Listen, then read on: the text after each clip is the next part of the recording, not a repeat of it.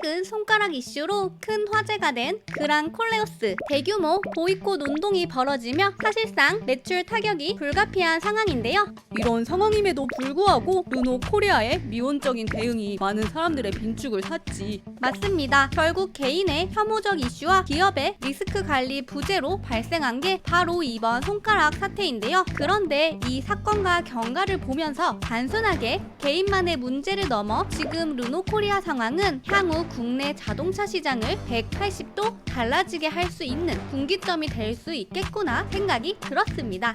이 사건을 면밀하게 살펴보면 정말 생각했던 것 이상의 큰 그림이 보이는데요. 이 내용 저와 더 살펴보시죠. 구독과 좋아요 누르고 재미있는 신차 정보 받아가세요. 안녕하세요, 차산오바입니다. 최근 손가락 이슈에도 불구하고 사전계약 7,000대를 돌파한 그랑 콜레오스 연일 보도가 쏟아지고 있는데요. 사실 경쟁사 신차들의 사전계약 대수에 비하면 큰 수치는 아닙니다.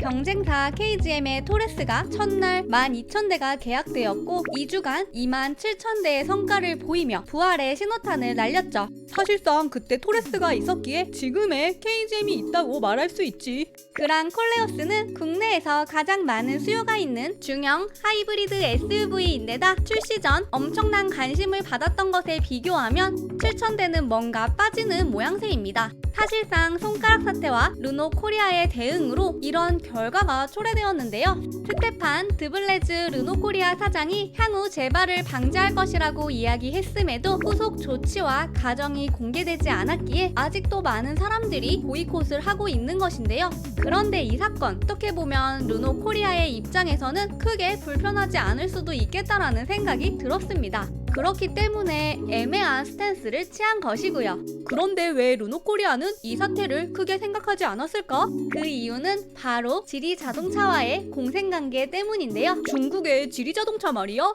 맞습니다. 우선 르노 코리아가 최근 몇 년간 낮은 매출을 기록한 데에는 닛산과의 수출 계약 종료가 큰 영향을 미쳤습니다. 2017년과 비교하면 매출이 반토막 난 셈이죠. 첫 번째 문제는 이렇게 어려운 르노 코리아의 상황에도 불구하고 르노 프랑스 본사의 배당금은 점점 커져갔는데요. 2013년부터 지난해까지 르노 코리아의 배당금 총액은 약 1조 44억 원이 넘었습니다. 순이익 대비 배당금 비율은 80%로 일반적인 기업 대비 3배 가까이 되는 수치인데요. 이런데 반해 르노 코리아의 연구 개발비는 지속적으로 줄어들고 있는 상황입니다. 2019년 연구비는 약 2,140억 원이었지만 2022년에는 1,079억 원으로 50% 이상 반토막 났죠. 이렇게 르노 코리아는 르노 본사의 배당금을 위한 수단으로 전락해 버린 것인데요.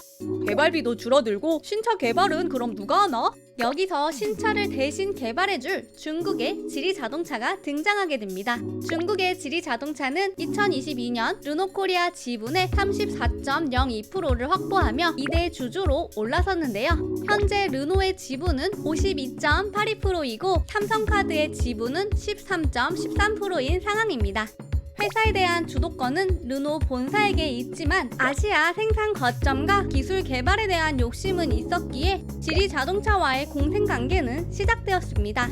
사실 오로라 1이라는 프로젝트를 르노 코리아 혼자 만들기에는 턱없이 부족한 개발비와 인력이었으리라 추측됩니다.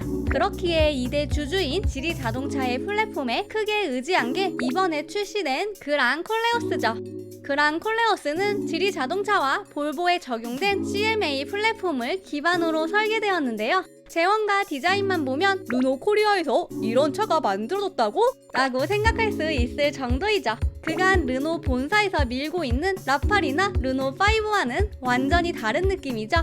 사실 실내를 보면 최신 중국 자동차의 인테리어 트렌드가 고스란히 적용됐다는 점에서 지리 자동차의 싱유의 그대로 가져왔다는 게 더욱 실감이 납니다. 두 기업의 공생관계는 클레오스에서 끝나는 것이 아닙니다. 바로 2025년에는 2대의 신차가 부산 공장에서 생산되는데요. 중대형급 하이브리드 신차 오로라2와 중형 전기 SUV 폴스타 4입니다. 폴스타는 최근 볼보가 지분을 지리에 매각하며 지리자동차의 100% 자회사로 변경되었죠. 사실상 오로라 프로젝트들과 폴스타4 모두 지리자동차의 플랫폼을 쓰기에 르노보다는 지리차들의 생산 비율이 더 높아질 것이 분명한데요. 아니, 그러면 지리자동차는 한국 공장에 왜 이렇게 집착하는 거지? 지리자동차는 현재 글로벌 전기차 시장에서 7.9%의 점유율을 지니며 2위인 테슬라를 추격하고 있는데요. 저렴한 가격을 앞세운 중국 전기차의 영향력이 세계 각지에서 점점 더 커지고 있죠. 문제는 이런 중국 전기차를 견제하기 위해 각 국가들이 제동을 걸기 시작했는데요. 미국과 유럽에서는 높은 고관세 정책을 펼치고 있죠. 지난달부터는 중국산 전기차에 대한 관세율을 기존 25%에서 100%로 상향했습니다. 정말 엄청난 관세구만. 미국에서는 팔지 말라는 얘기 아니야? 미국에서는 이런 고관세에 대해 국고 보조금으로 제작된 중국산 배터리와 전기차는 시장을 망치고 있다 라고 했죠. 실상 중국에 보조금이 있었기에 중국산 전기차가 저렴한 가격에 제공되는 것도 있지만 급성장하는 전기차를 제지하고 자국 내 자동차 시장을 보호하기 위함인데요. 이런 경우들이 많아짐에 따라 중국의 전기차들은 대신 생산해줄 아시아 거점을 찾기 시작했습니다. 그리고 그중 가장 탐나는 게 바로 메이드 인 코리아라는 배지인데요. 세계 각지에서 추진 중인 중국차 고관세를 막기 위해서 한국에서 자동차를 생산하고 수출하면 되는데요. 이 차들은 세율을 최소화할 수 있죠. 물론 인도나 베트남 등에서 생산을 할 수도 있지만 이보다는 한국산이라는 브랜드가 주는 신뢰가 더욱 매력적인 셈입니다. 지리자동차는 추후 한국 자동차 시장 진출을 공식화하였기에 순차적으로 르노 코리아에 기술을 공급하는 것인데요. 완전히 국내 시장에 진출하는 26년의 지리자동차는 르노 코리아의 지분을 더 많이 확보할 가능성이 높습니다. 한국 GM 역시도 중국 상하이 자동차가 지분을 가지고 있지만 규모가 약 6%밖에 되지 않기에 르노 코리아와의 상황이 조금은 다른데요. 결국 정리하자면 다음과 같은데요.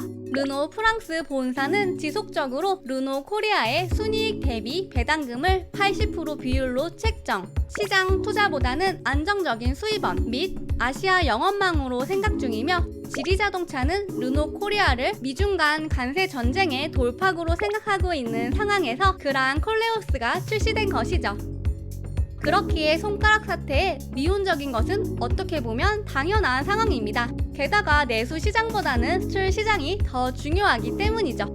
사실 르노 코리아는 부산에서 가장 큰 기업으로 일자리 창출과 지역 경제 활성화에 많은 기여를 하고 있는데요. 현재 부정적 이슈 제거뿐만 아니라 독자적 생존력을 지니기 위한 방법이 필요할 것 같습니다. 이렇게 본 인 프랑스 메이드 인 코리아라는 르노 광고의 슬로건은 어떻게 보면 매력적이지만 한국 생산이라는 배지만을 상징하기도 합니다. 사실 전기차에서 가장 중요한 배터리 기술력을 기아디아의 협력을 통해 해결하려고 하는 KGM도 디자인 외에 R&D 개발에 대한 필요성이 점점 중요해질 것 같긴 하네요. 과연 르노 코리아가 이런 모든 이슈들과 단순 배지 엔지니어링을 위한 생산 거점이라는 현 상황을 이겨내고 독자적인 노선을 걸을 수 있을지 정말 궁금해지는데요.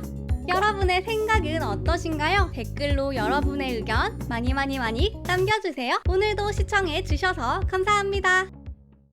구독과 좋아요 눌러주세요.